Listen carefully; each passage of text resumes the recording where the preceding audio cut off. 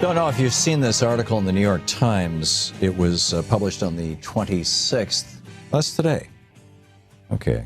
I saw it yesterday. I guess the electronic version goes up a day early. But it's Scott Shane wrote an absolutely brilliant piece for the New York Times that is really worth reading. It's titled Saudis and Extremism, Both the Arsonists and the Firefighters. And in this article, he points out that, here, I'll just share some pieces with you. He says, the first American diplomat to serve as an envoy to Muslim countries around the world, visited 80 countries. Excuse me. He later goes on and, quotes her with the details and things, and concluded that the Saudi influence was destroying tolerant Islamic traditions. The question, I guess, is where does, quote, radical Islamic terrorism, to quote Donald Trump, come from? The conclusion, by and large, is Saudi Arabia. In this article, Scott Shane points out in 1744, now this is before the American Revolution. In 1744, Muhammad ibn Abd el-Wahhab, a reformist cleric, sought the protection of Muhammad bin Saud, powerful tribal leader in the harsh desert of the Arabian Peninsula. The alliance was mutually beneficial. Wahhab received military protection for his movement, which sought to return Muslims to what he believed were the values of the early years of Islam in the 7th century, when the Prophet Muhammad was still alive. In return, the Saud family, this is called Salafism, by the way, in return, the Saud family earned the endorsement of an Islamic cleric, a puritanical enforcer known for insisting on the death of stoning of a woman for adultery. And this is, and then in 1938 we discovered oil, or they discovered oil there, and suddenly, we became buddies and all this. But Fareed Zakaria writes that the Saudis have created a monster in the world of Islam.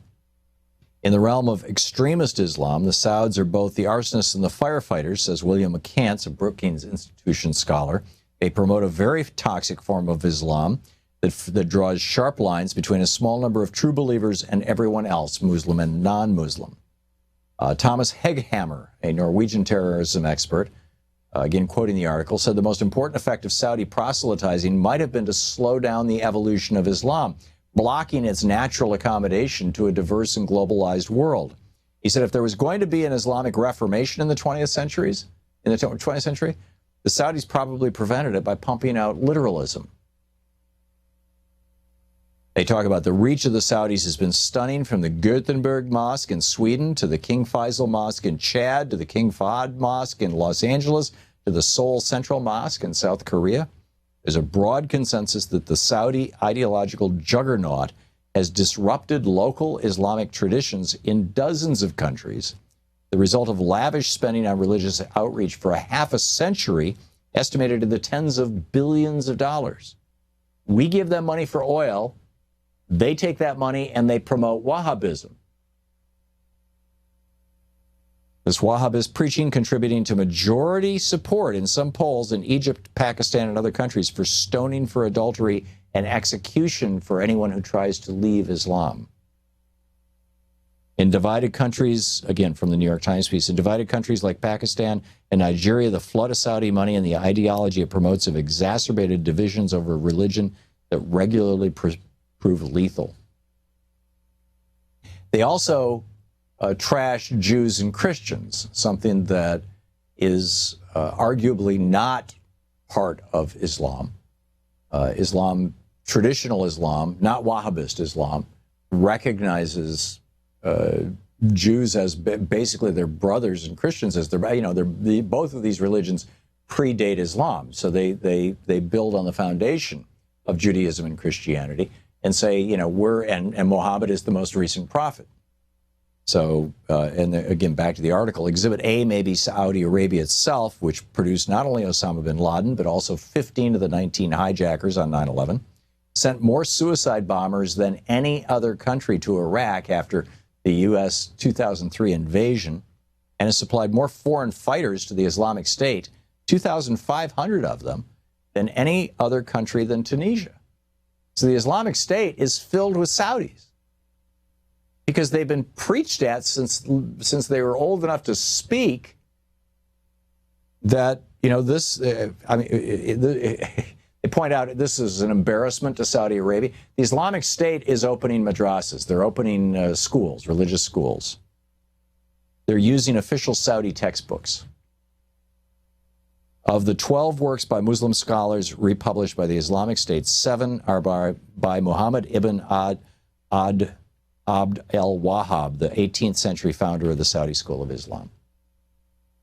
And for the last 2 decades, the kingdom has distributed an English translation of the Quran that in the first surah, the first chapter, adds parenthetical references to Jews and Christians. Now, these do not exist in the Quran. The Saudis inserted them in the English translations that they're shipping all over the world. Those who earned your anger, parentheses, such as the Jews, nor of those who went astray, parentheses, such as the Christians. Syed Hossein Nasser, who is a professor of Islamic studies at George Washington University, and I just add, I had lunch with this guy about 3 or 4 weeks ago. He's brilliant. Absolutely brilliant. We should get him on this program to talk about this. He's the editor-in-chief of a new study Quran. He said the additions were a complete heresy with no basis in Islamic tradition. You want to know what's going on? I mean, this is with regard to that particular problem. Look no farther than Saudi Arabia for some causal stuff, and out of the Saudi causal stuff, I think that there is, an opportunity for Saudi Arabia to make it right. I mean, now Saudi Arabia itself is becoming the victim of some of these attacks. There have been a number of Islamic State attacks inside Saudi Arabia. So now you got Wahhabists fighting Wahhabists. And the Saudis are hopefully starting to realize that they've created a worldwide monster. And hopefully they can do something about it.